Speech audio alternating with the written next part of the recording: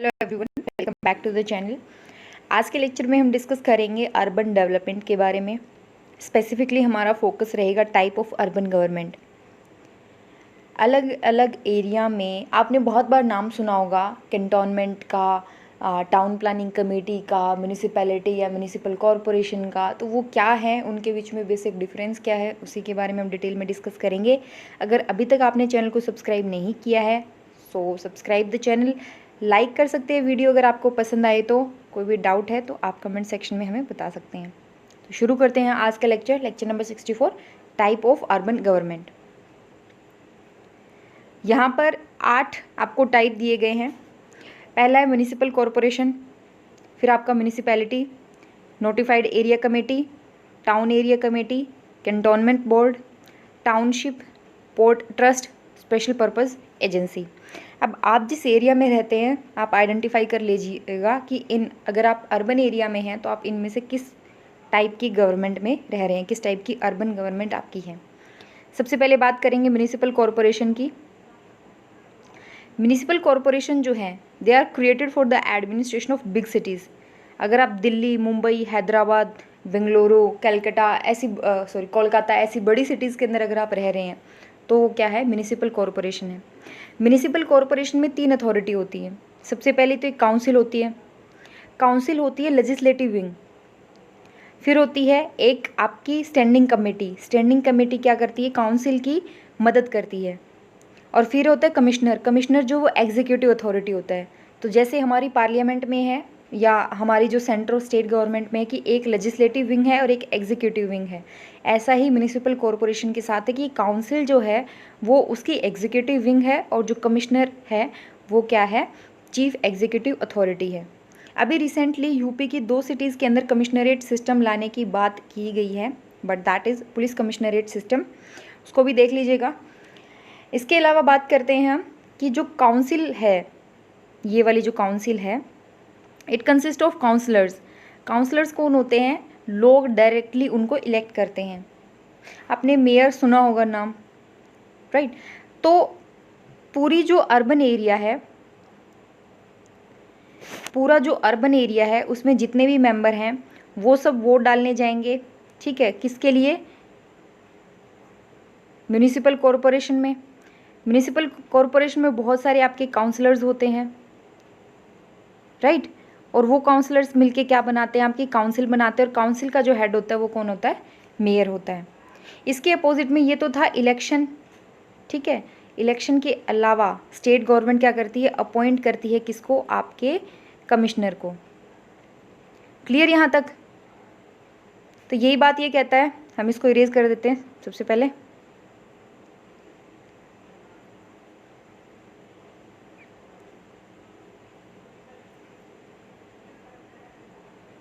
तो यहाँ तक आपको समझ में आ गया होगा कि जो म्यूनिसिपल कॉरपोरेशन होती है उसमें 3 अथॉरिटीज़ हैं, काउंसिल है, स्टैंडिंग कमेटी और कमिश्नर है। काउंसिल डायरेक्टली इलेक्ट की जाती है बाय द पीपल और कमिश्नर को स्टेट गवर्नमेंट अपॉइंट करती है और जनरली कमिश्नर जो वो एक IAS ऑफिसर होता है।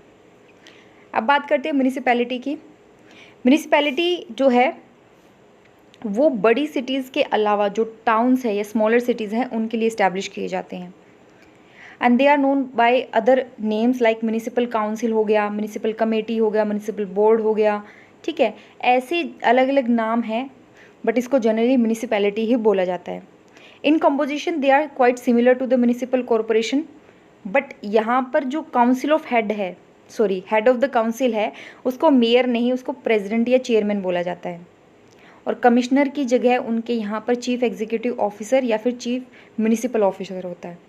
बस नाम चेंज कर दिया गया है, हेड ऑफ द काउंसिल को प्रेसिडेंट या चेयरमैन बोलेंगे और जो कमिश्नर है उसकी जगह चीफ एग्जीक्यूटिव ऑफिसर या चीफ म्यूनिसिपल ऑफिसर होगा।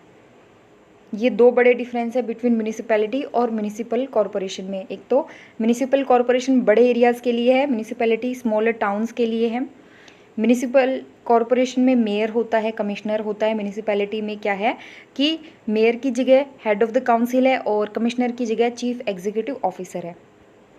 अब बात करते हैं notified area committee. Notified area नाम से पता चल रहा है, नोटिफाइड मतलब नोटिफाई किया गया है by the notification.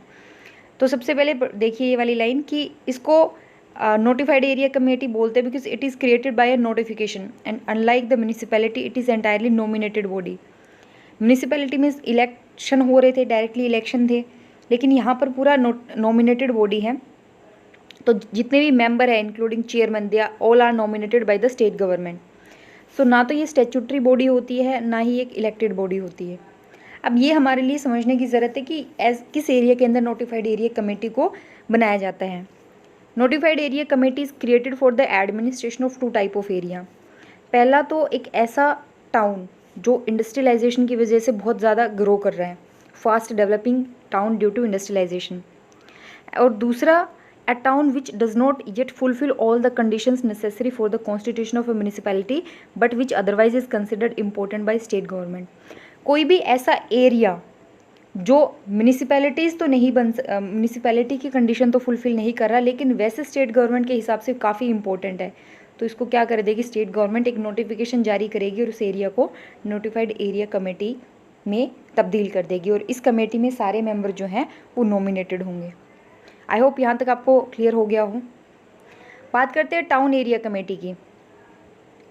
Town area committee में ये एक स्टेट लेजिस्लेचर के एक्ट के द्वारा इस्टेब्लिश की जाती है।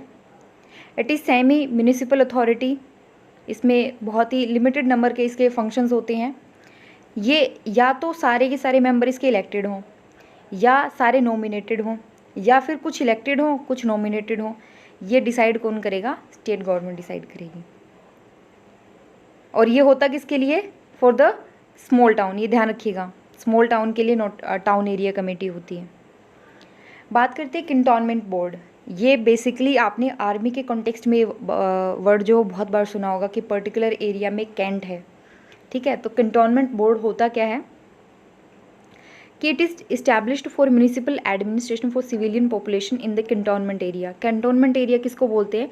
Where military forces and troops are permanently station. अब आप देखिए कि अपने आसपास कौन सा एरिया है जो कैंटोनमेंट बोर्ड में आता है, कैंटोनमेंट जोन में है।